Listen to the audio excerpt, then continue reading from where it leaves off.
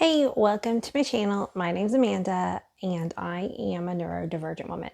I have autism, ADHD, a rare memory disorder called SDAM, and global aphantasia, which means that I don't visualize or experience any of the senses in my mind. Today, I'm going to talk a little bit about a lot of things, I think. I feel like this is probably going to be an Amanda Rambles video, but specifically, I've got some topics about autism and just mental health in general, and a little bit about my memory disorder. So I talk about all my neurodivergencies on this channel, so make sure you check out the playlist.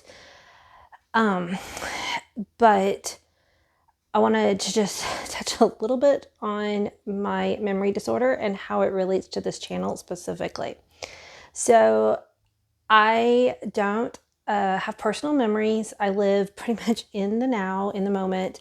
I do have semantic knowledge, which means that semantic memories, which means that I have knowledge about some of the things that have happened in my life. I just don't have episodic memories, which is the type of memory where most people, when they think back about something that happened, all of the emotions and the senses and feelings, anything, and just details really about their memory will come to the forefront of their head.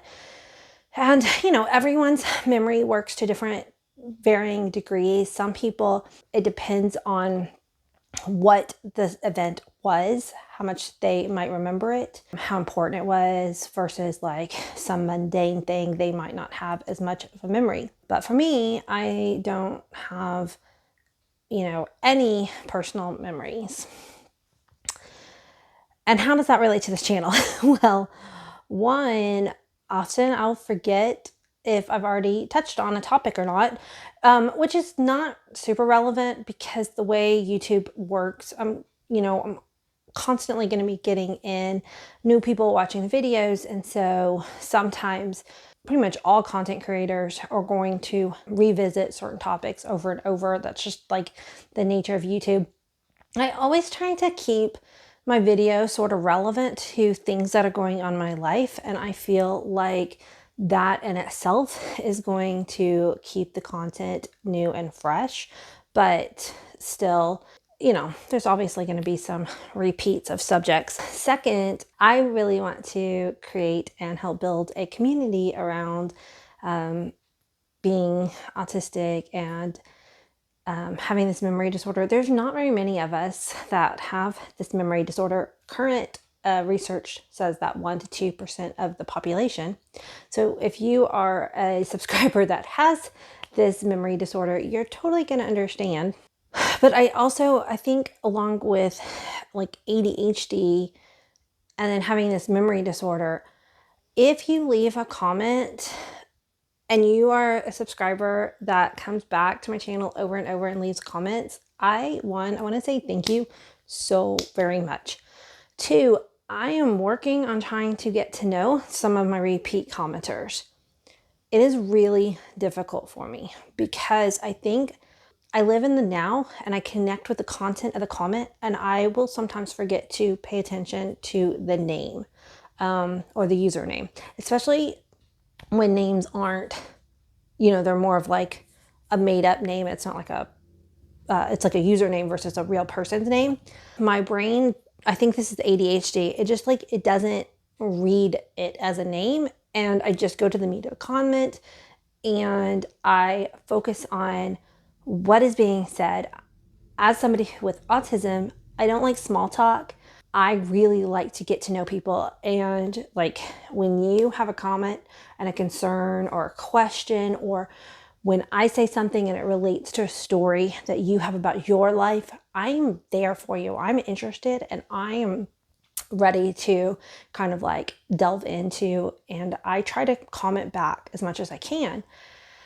And I'm really working on getting to know the people who are invested in coming back and commenting over and over. So a couple things that you can do is you can always remind me in the comments, say, hey, long-time follower, or hey, I'm a new follower. I've commented before. I appreciate blah, blah, blah, and kind of help, you know, me remember and pay attention that, hey, this is somebody who is interested in kind of being part of the community with me. And for people who just want to leave a one-off comment, that is totally fine too, you know? Like, not everybody's going to be repeat commenters, and that's fine. But for people who do come back over and over, I want to like pay attention to that. Just my brain sometimes doesn't let me do that very efficiently.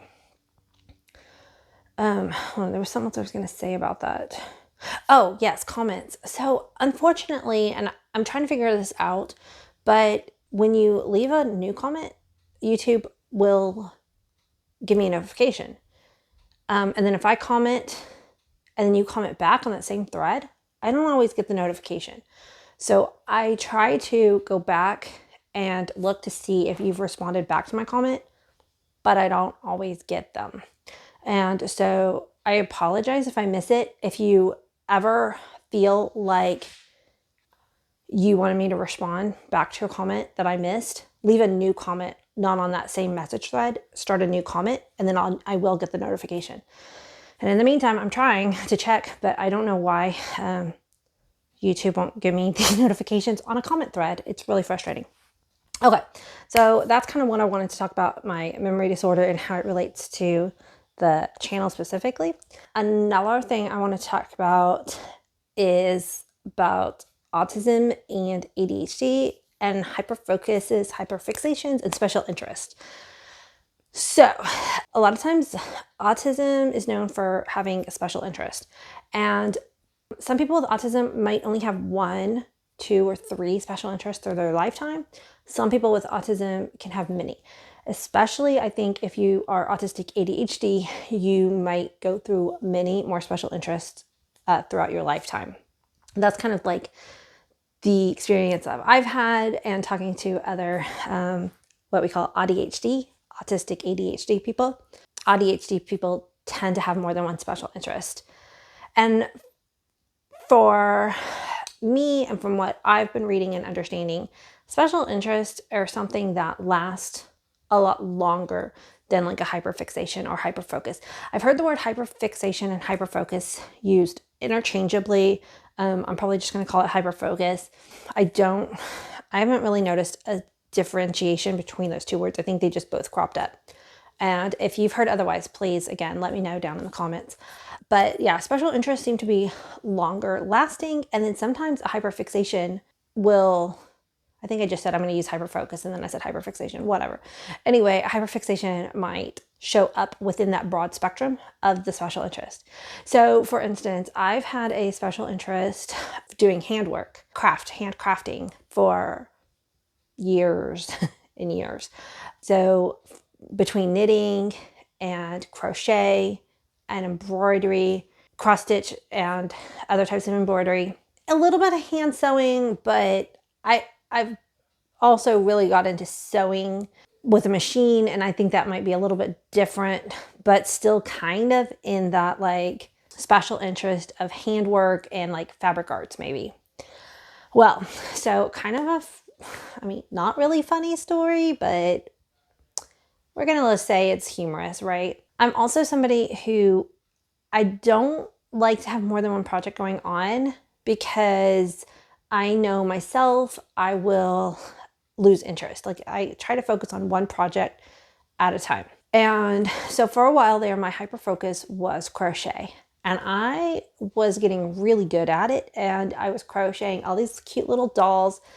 I don't know if I've mentioned about it on the channel. I will try to find some old photographs and put them up. A couple of the amiguri, which is a crochet doll.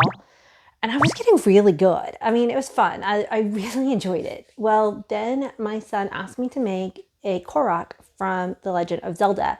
And I downloaded a pattern and I started this thing. But I didn't pay attention that the yarn required for this project was not much thicker than embroidery floss. But I was going to persevere, and I started doing this, and it had a lot of changing colors, and it was way above my skill set. But I like stretching myself, so I was like, we're going to watch YouTube videos, and we are going to figure this guy out. And I'd work on it for a while, and then I'd get frustrated, and I'd put it away for a month at a time. And then I'd like, I'm going to do this and put it away.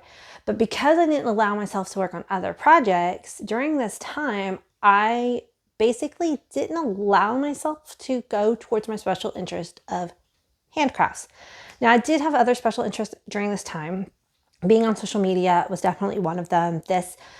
Between this channel, my other channel, the Neuro Spicy Mama, which is a cooking and product review channel, being on Instagram and TikTok, that's also another huge special interest of mine. I love being a content creator. So it's not like I didn't have any hobbies. And so when I say that I only work on one project at a time, it's like per category.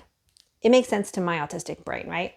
Having that handwork though also acts like a stimming, because when I'm, doing knitting, crochet, this kind of thing, it's a good stim for my hands, and it just helps relax me. Sometimes I will listen to music, or I'll try to listen to an audiobook with some success, depends.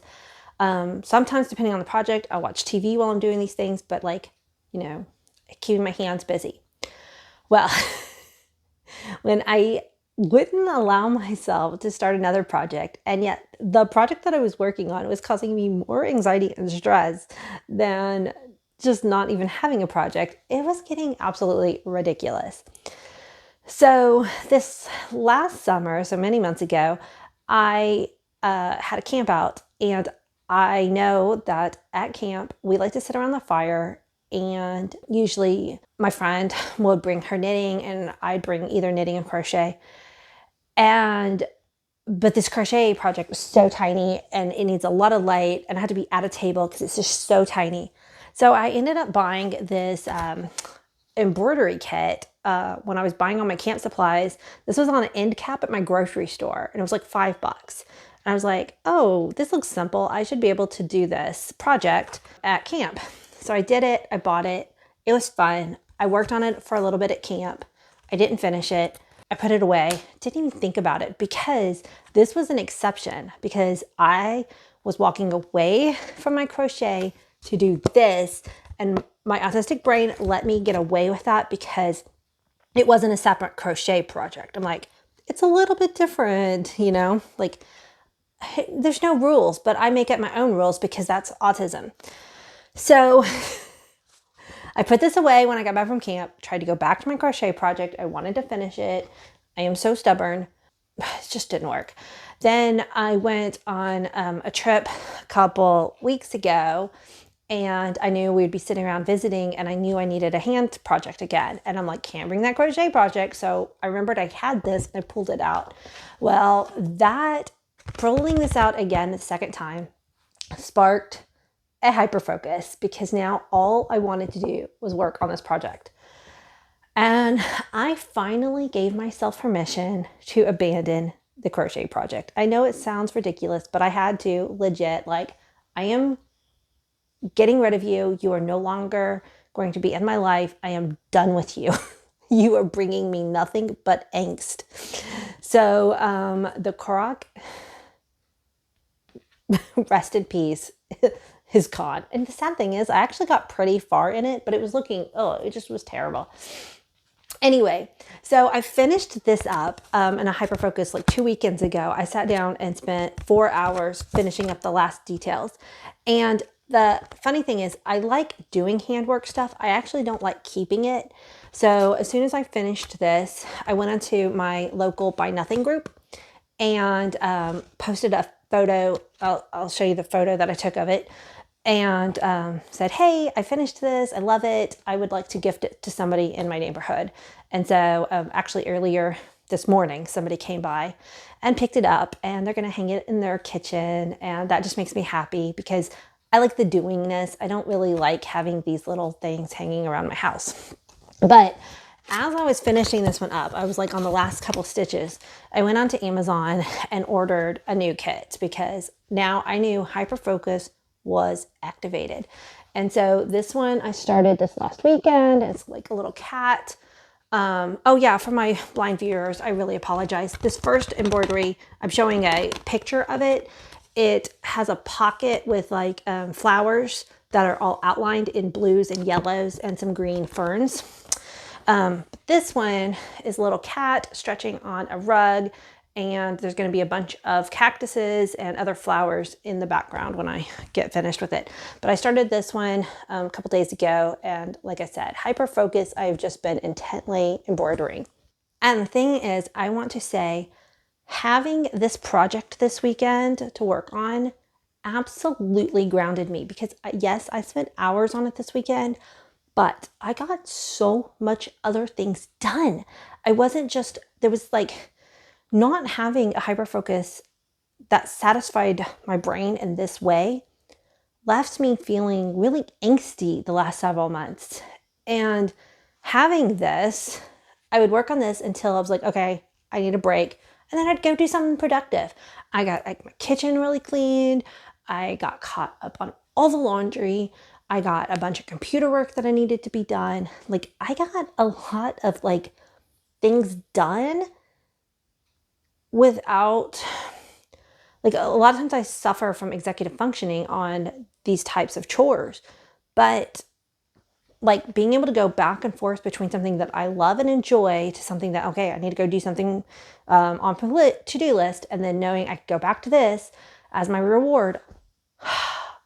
And see, this is the first time that I've paid attention to having a hyperfocus and special interest thing since my diagnosis. Like I've had these all my whole life, but I never had words for them or understood their role or their importance in my life. So now that I'm more aware of it, it is, okay, I'm in the middle of a stitch here when I started this video. So I'm gonna finish this stitch because I don't wanna lose my needle. It has been absolutely game changer. I'm so glad that I gave myself permission to abandon the Korok. It is now, will never be mentioned again. Haha, probably not. But anyway, I just wanted to share that. If the other thing about hyperfocuses is I really do think that you need to expose yourself to new things, but I feel like they choose you. You don't choose them. Like there's been times where I've picked up a project and I'm like, I'm going to do this. And brain says no. Brain says no, not interested. Then there's other times when brain says yes, and that is all brain wants to do. And if you've got autism and ADHD, listen, and as long as it's a safe, healthy activity, do the thing, because it's going to balance out the rest of your life. It regulates our nervous system. So, all right, I'm going to wrap this up. I try to keep my videos under 20 minutes. I've been trying to do shorter ones, but I like to talk.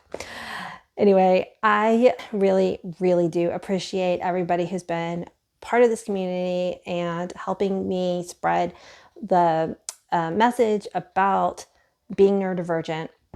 And until the next one, bye guys.